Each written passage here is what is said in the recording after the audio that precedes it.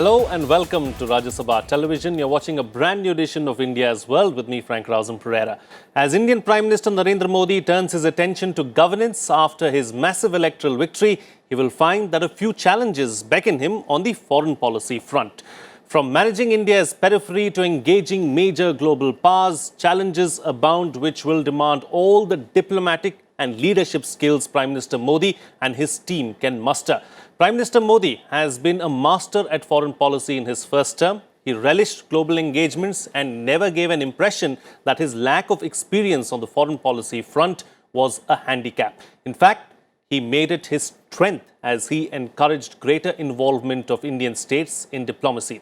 He led from the front in diplomatic engagements and managed to carve out personal equations with world leaders, which has paid dividends. For all his successes so far, Prime Minister Modi will find that there is hardly any time to rest on his laurels. Global and regional realities are evolving at a pace which traditional diplomacy is finding difficult to comprehend. On this edition of India's World, we will analyze the new government's thrust on foreign policy. Joining me on the program today are Ashok Sajjanhar, former ambassador, Professor Swaran Singh, School of International Studies, JNU, and Major General Dhruv C. Katoch, retired Director, India Foundation. Thank you to all my guests for joining me on this edition of India's World. Ambassador, I'd like to begin the program with you. What are we going to see under Modi 2.0 as far as foreign policy is concerned? Is it going to be a continuation of what we saw in the first 5 years, or is it going to be different over the next 5 years? You know, what I'd like to say to begin with is that foreign policy was a suit in the first tenure, in the first 5 years, that did extremely well. I think there was hardly, if at all, any misstep, any wrong step. I think across the board, starting with neighborhood first policy, starting with strategic partners, etc., the government, Prime Minister Modi, and you mentioned about it, you know, his personal approach, reaching out, hands-on approach, etc., you know, that yielded huge dividends. So one might be tempted to think that it would be more of the same. It would be, but I don't think so, because, you know, you also mentioned that, you know, this is not the time for Prime Minister Modi to sit on his laurels. I don't think he's a man who will sit on his laurels. He's a man who will sort of, you know, really hit the ground running and come up with new ideas and come up with new initiatives in terms of engaging all the countries that are concerned, you know, in terms of making foreign policy an integral element of domestic development, economic development and growth. So I think we are going to see very many new initiatives that are going to be taken. That said, what do you think is going to be the focus area? Initially, to start off with, say for the first 100 days, obviously we can't talk about 5 years, yes, but what should the focus area be for the first 100 days? You know, Frank, I'll mention, you know, one is in terms of the immediate challenges also that confront. It's not as if, you know, India is there to do whatever it wants to do. After all, there are challenges that confront us. For instance, you know, as far as our import of oil from Iran is concerned, you would recall that when the Iranian foreign minister was here and he met the external affairs minister, she said that the call on extending import of oil from Iran will be taken by the new government. The new government is here. So first of all, that is the most immediate challenge, because along with that, it's also linked, you know, that there has to be a great impetus that has to be provided to the economy. And as far as the economy is concerned, low energy prices and energy security is very, very critical, very, very crucial. So first of all, in terms of how do you deal with Iran, how do you ensure that there is stability and peace and security in the Middle East, in West Asia, because there also, in addition to the energy security and the good prices of energy that we are getting from Iran, because it's not only the lower prices, it's also other benefits that India gets in terms of better attractive prices on shipping, on insurance, payment terms, etc. Right. So, you know, that is one. Also, but also in that region, we have about 8 to 9 million of our people. So their security is important. Their remittances are also important. So this is one challenge that confronts us, our relations with Iran, and also linked to it is how do you deal with the United States? Because United States is applying that pressure. Sure, absolutely. You know, talking about the region, talking about West Asia and this whole Iran-US issue that we have at this point in time. Professor, I'd like to hear your thoughts on that. Do you believe that that is the biggest challenge facing this government as far as foreign policy is concerned in the short term? I agree with the Ambassador. I think we are not operating in a vacuum world. So he will have to first deal with situation as it exists. And if you remember, when last time he was sworn in first 1.5 years of his first term, oil prices had fallen from about $109 per barrel to about $30 per barrel. And if you see what is happening now, from December to now, the prices have gone up from 55 to about 75, nearly $75 per barrel now. So I think in that rising price situation, our position is that we are not able to import anymore from either Iran or Venezuela. So our reserves may help us up to a point in time, but I think that's a issue that immediately needs to be attended to, and he will have to address that issue because energy runs the economy and everything else that follows. Second, if you notice, the entire election campaign this time was about terrorism and his assertive policy on terrorism, and his recent conversation on phone with the Pakistan Prime Minister had no mention of talks, no mention of invitation to him to come to swearing in ceremony. In fact, he revived the old talk of fighting against poverty together, etc., etc. And this policy that he has now adopted, an assertive policy in countering terrorism, he will have to really demonstrate and get endorsement from the Shanghai Cooperation Organization, where he is going on 13th and 14th of June, where all these leaders are going to sit together, including Iran. So I think a certain amount of endorsement of what he's been talking for the last 2+ months and Balakot strike would be immediate exercise for diplomacy to see that that is endorsed by all these leaders. Oil is resolved, because that again, Shanghai Cooperation Organization, is important to have such a conversation. Very quick, 30 seconds to say, first decision after elections, though with the same old Council of Ministers, is to, along with Japan, work on Colombo port, which again is a clear indication of India being proactive and assertive. And I'm reading that his first visit is going to be Maldives, which again shows clear focus of standing up to China in the neighborhood. I think that is again something which will see a slight change. Other than terrorism being assertive, we will see India also becoming assertive in immediate neighborhood also. Absolutely. General, I'd like to bring you into the picture now. Let's focus on China and Pakistan and take the discussion forward. You know, what's likely to happen on that front, Pakistan and China? Let me just widen it a little bit more and put in Afghanistan also into this particular frame. Yeah. Because when we talk of Pakistan, I think it is not possible to leave out what is happening in Afghanistan. That border is very critical. The AFPAC, the border between Afghanistan and Pakistan, either sides of it, and that is very volatile. Because when we are looking at the Afghanistan situation, firstly, I think the volatility there is only increasing.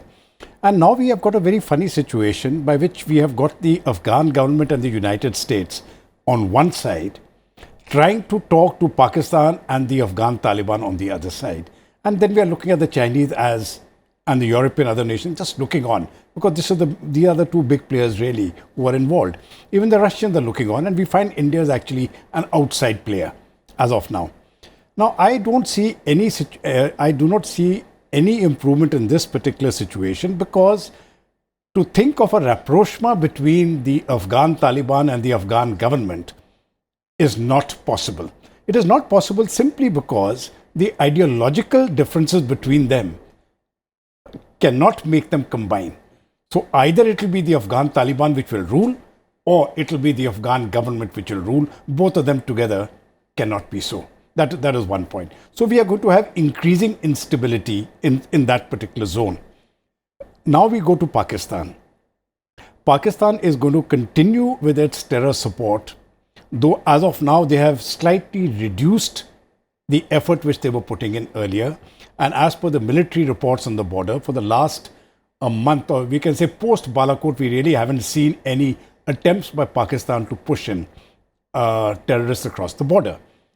But that does not mean the intent has changed. I think they are simply buying time because they are also fearful of the FATF sanctions. That is one. They have not closed down the terror camps. They are giving full support to the dreaded terrorists whom India wants and are on the wanted list. And I do not see, despite what Imran Khan may say, I don't see any improvement in that situation. What is more worrying is that when I'm reading the articles which are coming out from the think tanks of Pakistan, I think that is also a matter of concern, because each one of them really talks about peace coming into the region with India giving the concessions. Right. But you see, the question is, India is the aggrieved party. We are the ones who are being attacked. And not one article in Pakistan talks about stopping terror activities across the border. Sure. They can simply talk about Kashmir, the Kashmir which is with India. They have never talked about the Pakistan occupied Kashmir, which is actually the real issue.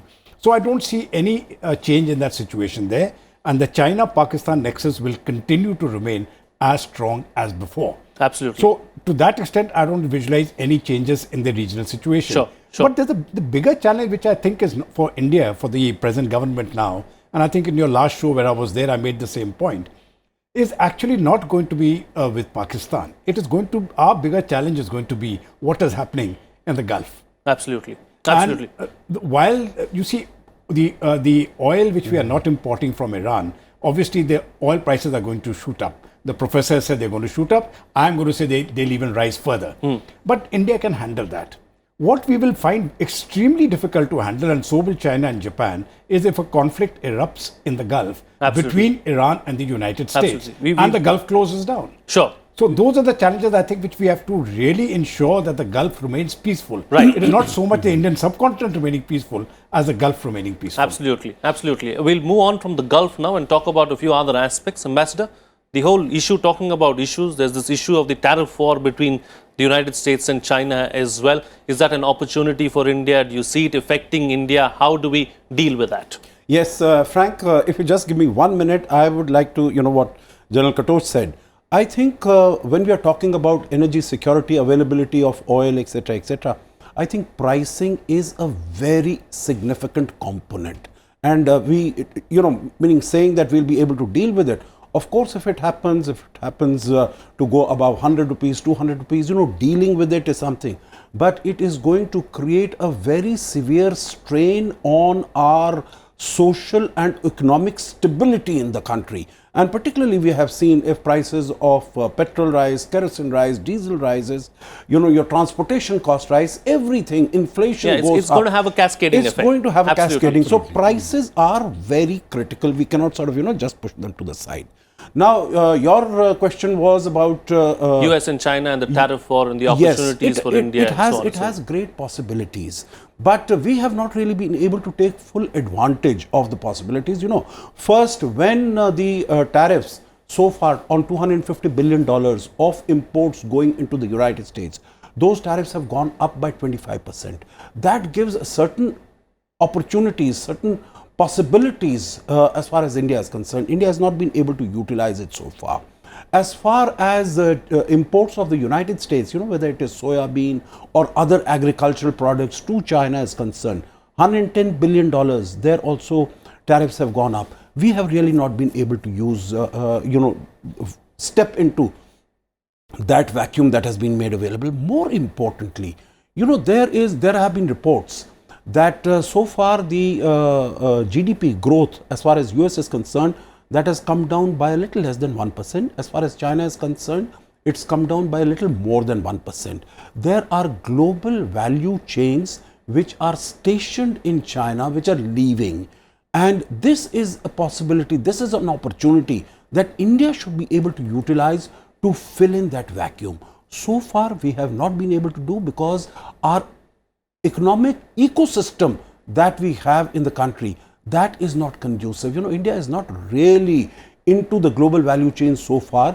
And I think this is an opportunity, as also along with it, we might possibly get an opportunity to discuss India's membership of the RCEP, what is the Regional Comprehensive Economic Partnership Agreement. There also India is being seen to be a laggard because there are a number of industries in India like steel, like aluminium, like copper and agricultural products also, which do not want imports from these countries coming.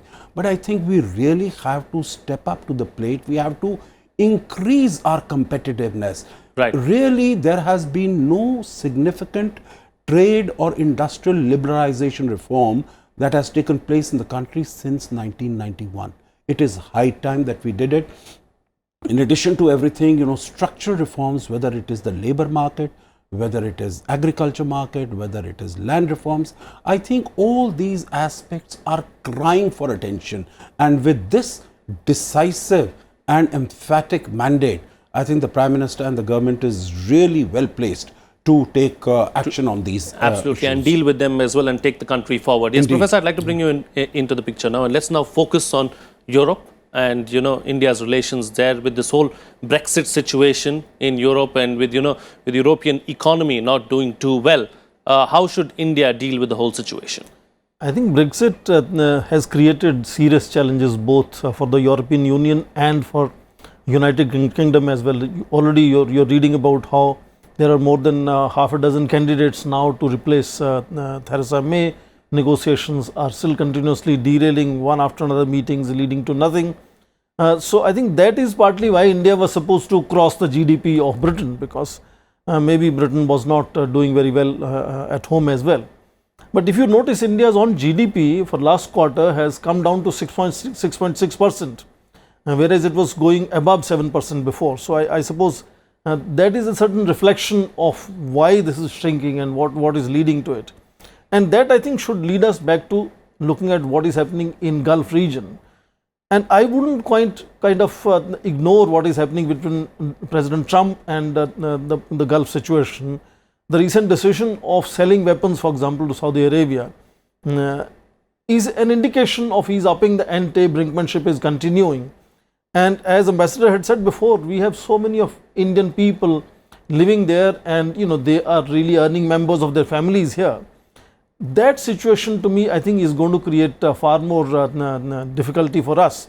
Europe in that sense is a little far away from us, and if there is a deceleration in economy there, it may not have an immediate impact other than in few high technology sectors for us, certain defense sectors, for example. But other than that, I think it's much more impact of the immediate region, both in the extended neighborhood to the west, in the immediate neighborhood that we have, which is where I think attention will have to be far more deeper and sort of more intense. Right. And oil situation, I wouldn't quite kind of be very relaxed about looking at it. We could get into difficulties, and it has impact on everything else. So Europe, yes, we have to keep an eye, we have to keep them engaged, but we don't have any complications in dealing with European Union, either with Britain or without with Britain. Once they resolve their issues on their own, then we will of course know how to deal with Britain separately and European Union separately. Sure.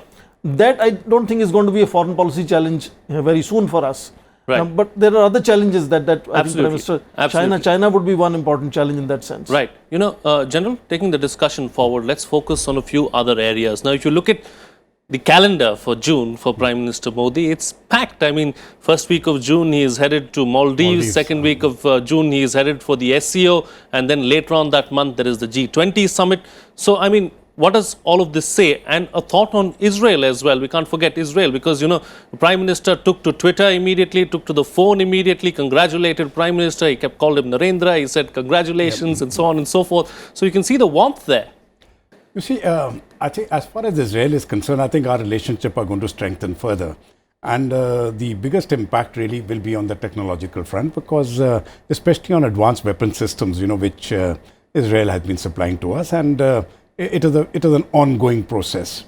So I think that, there are certain aspects of the foreign policy which will maintain a continuum from the previous 5 years. Regardless of how the situation changes, I think they will remain relatively stable. So with Israel, our policies will remain relatively stable. And I think even with China, they will have that same level of stability. I'm not saying that they will improve. Stability really means that the way we are operating now, we'll continue to operate. So the crisis is not going to develop either with China or with Europe, right? We will start improving our relations, I would say, with Europe and with Israel. So there is going to be a jump up there. I think the challenges which are going to come now when we're looking at this particular scenario is really from terrorism, with the growth of, with the entry of ISIS into Sri Lanka, which caught them by surprise despite warnings. And now with what the Islamic State has said that they have actually they have created an organization within India. I think there were a couple of reports a few days ago about a few boats off the coast of Kerala, you know. So they were talking about them, 15 yes. boats which have left Sri Lanka and off the coast of Kerala. So either the Kerala coast and Lakshadweep have both been impacted and they have both been warned. The question is, there is a large number of these sleeper cells also within India, and the control is from outside. So I think the intelligence agencies and the foreign policy have to actually join hands together now to see that some level of stability is maintained. You see, my point about the oil, what the ambassador very correctly said, the oil prices go up, our economy is heading for bad times. I know that, but we can handle that. You see, we can handle the price rise. What would be difficult to handle is if a conflict breaks out, a war breaks out. You see, if that breaks out, see what Iran will do. Iran will arm the Houthis. America is arming Saudi Arabia, right? We are looking at a closure of the Gulf. The complete, that Saudi Arabian supplies will be affected. Supplies from Iraq will be affected. Supplies from Iran are already down to zero. So where are you going to get the oil from? The question is, if the Gulf closes down, where is the oil going to come from? Leave the prices aside. We don't have the oil. Russians have got the oil. China won't be that badly placed. So as long as the oil keeps coming, the price is not that much of a problem. No, it is a problem. Not that much of a problem if it stops completely is what you're saying. If it stops coming, I think we have, and then you are talking about 10 million of those people, of our workers there. If those remittance stop coming, so there are going to be multitude. I think the biggest, what I think the Prime Minister would like to do now, along with the other world powers, is to ensure that the Gulf remains peaceful. You may have problems, but you've got to keep the Gulf peaceful. You've got to keep it out of conflict. I think that has to be the major foreign policy challenge. And that is where I think Prime Minister Modi can make a very strong statement and ensure that our interests are preserved. Absolutely. I think we've reiterated enough that, the problem in West Asia is going to be troublesome and probably is going to be the toughest challenge as far as the new government is concerned. But moving on from there, closing comments from all my guests, starting first with you, Ambassador, the way forward, and what do we expect? We've spoken a great deal about the challenges that confront. I think there are a huge number of opportunities. And I think let's look at the opportunities. And you mentioned about the calendar for June. So, the first opportunity, of course, Maldives. That was one country that the Prime Minister did not visit for the whole of 5 years, till November, when the new government led by President Mohamed Soli, he sort of, that was sworn in. And so he's using the opportunity to go there and to reaffirm and reassert our very strong interest, not only in Maldives, but also in stability, security, and our own position as far as the Indian Ocean is concerned, because that has emerged as a theater of contention, after South China Sea and China sort of, trying to expand its presence here. The second is, you mentioned about the SCO, the Shanghai Cooperation Organization, and that is in terms of 13-14, he is going to be in Bishkek in Kyrgyzstan, and that will be an opportunity for the Prime Minister to interact with 4 of the 5 Central Asian countries. We are going through Chabahar, we are building that connectivity, international north-south transport corridor, how to take this relationship forward.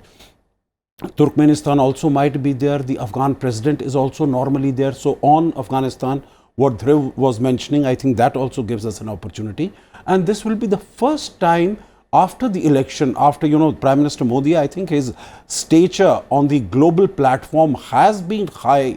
But, with this emphatic victory, that further sort of, reinforces and makes it even stronger. So he is able to interact and deal with the Chinese President Xi and President Putin. So there also, what are the possibilities? And then in Osaka, when he meets with the US President, of course, with Shinzo Abe, who will be the host, but with President Trump, because, let us see, since 2017 January, when President Trump has come, there has been, in terms of meetings and interactions between the two leaders, it's been rather less, infrequent, inadequate. One meeting in Washington DC in June of 2017.